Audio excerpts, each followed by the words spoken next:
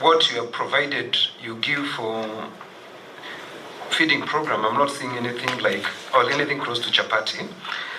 Secondly, I'm looking at the budget. Your recurrent budget is drastically reducing. What does that mean? Is it that maybe some of your employees are retiring, or what's exactly the reason? Because it's your budget. If I look at the year 2022, recurrent was 2. The year 2023-2024 was 1.9. The year 2024-2025 was 1.8. So why the reduction? My third question is, Governor, how many ECDs have you built yourself in your term? And are they fully furnished? Because I heard you explaining and I could not understand. You said the ECD centers in Nairobi, your explanation keep on differing. But it's standard, it is provided for in the policy. What is an ECD center? Would it change in Nairobi? You talked about enrollment because of the feeding program. The enrollment increased by 29%.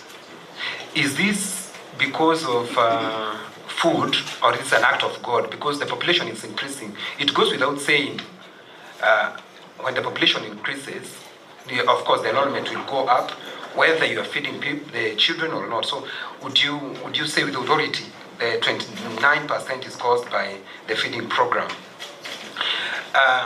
Again, did you inherit any of your teachers from the default? Well, Nairobi was city. Did you inherit the people from the default city council? Was it city? Nairobi was not city council. City council, yeah. Did you inherit from the city council?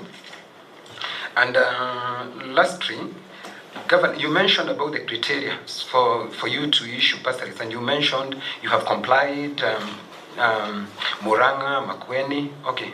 And the trend is very good because all these governors who have complied, they're all senators, which is very good. But you're missing the fourth one, who I don't know who he is. But what is the criteria? Because basically that's not your function, to be issuing bursary to secondary school and to colleges. What is the criteria, so that at least, because many of the governors who are coming here, they're telling us, who was telling us they have a pending bill, or I think some governor came here and told us having pending bills. Are you not reading from the same script so that they would know what they're supposed to do, so that they can be allowed to give bursary, which is not their function? But of course we understand when there's difference between what the law says and what is on the ground. Now, you know, my work is to skiza ground. Thank you, Governor. Thank you. I think I don't want to ask mine now so that you finish, but I want to only add one thing to what he's saying. You mentioned earlier, Governor, that this was transfer of functions, actually. The intergovernmental relations agreement that you have signed is a transfer function. Was money followed? Is there money that was allocated to this function because it was transferred? Because even if it is bursary, we are talking of the agreement you signed, I think had bursary in it, and then you also mentioned that there is a 1 shilling to 1 shilling agreement. Does that bring back the functions, or what does it mean to transfer the function? You finish those, then I will ask my questions. I'll start with the last one. Chair, the intergovernmental agreement or a requirement of the control of budget. If you ask many of us as governors, we don't see the bursary or scholarship support as a function that is being transferred. It is social protection, you know, and social protection actually is a function of the county.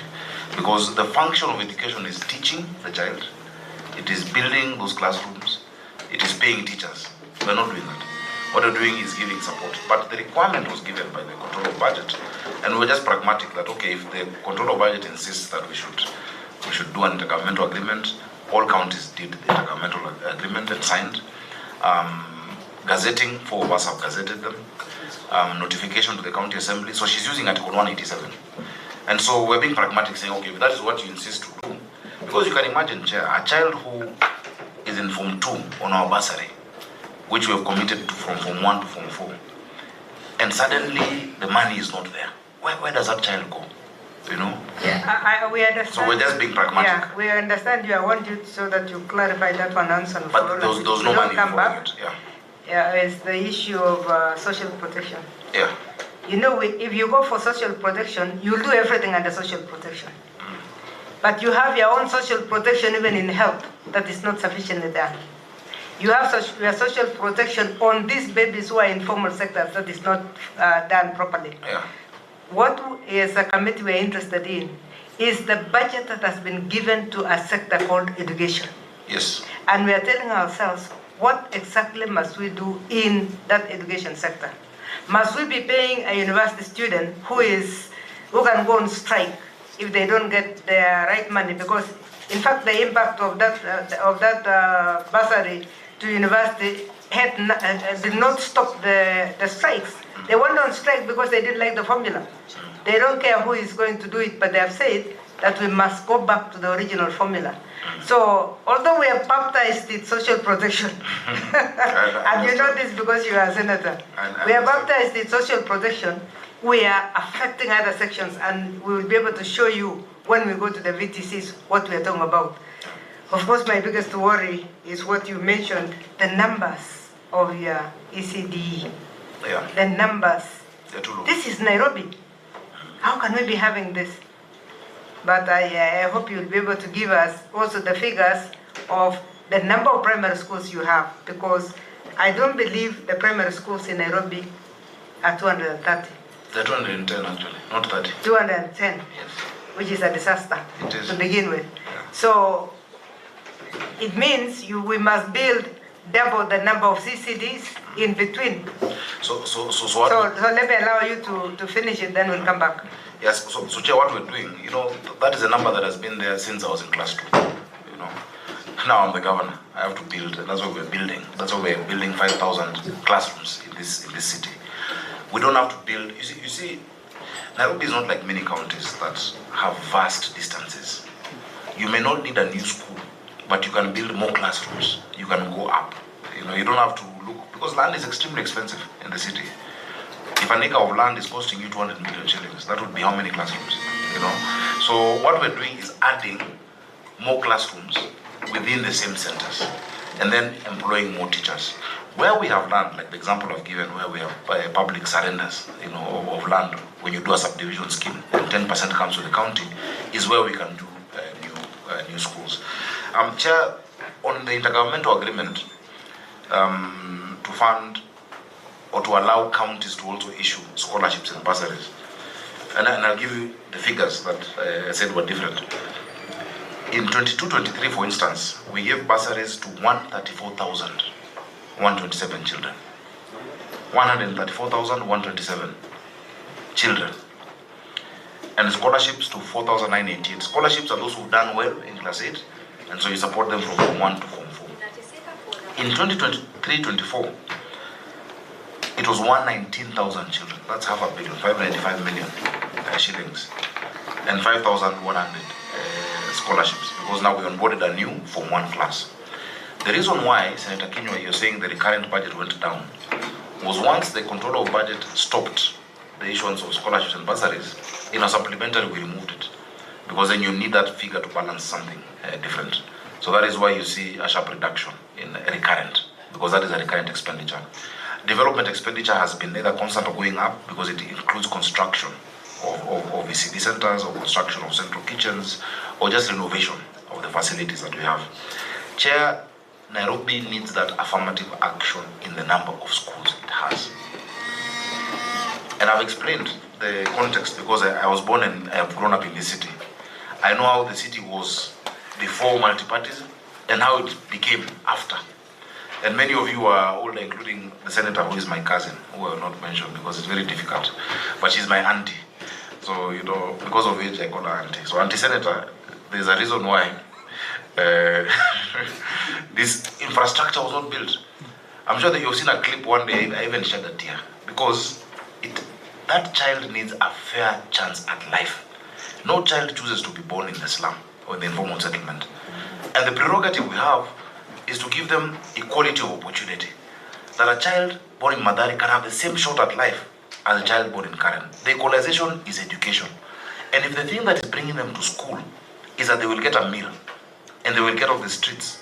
Chair, when I drive in this city, during the holidays, I find kids, whether it is outside Lavington, those children who you'll find there, and they come to me, they know my car, and ask them, why are you guys out here? They say, you know, during the holiday, there's no food.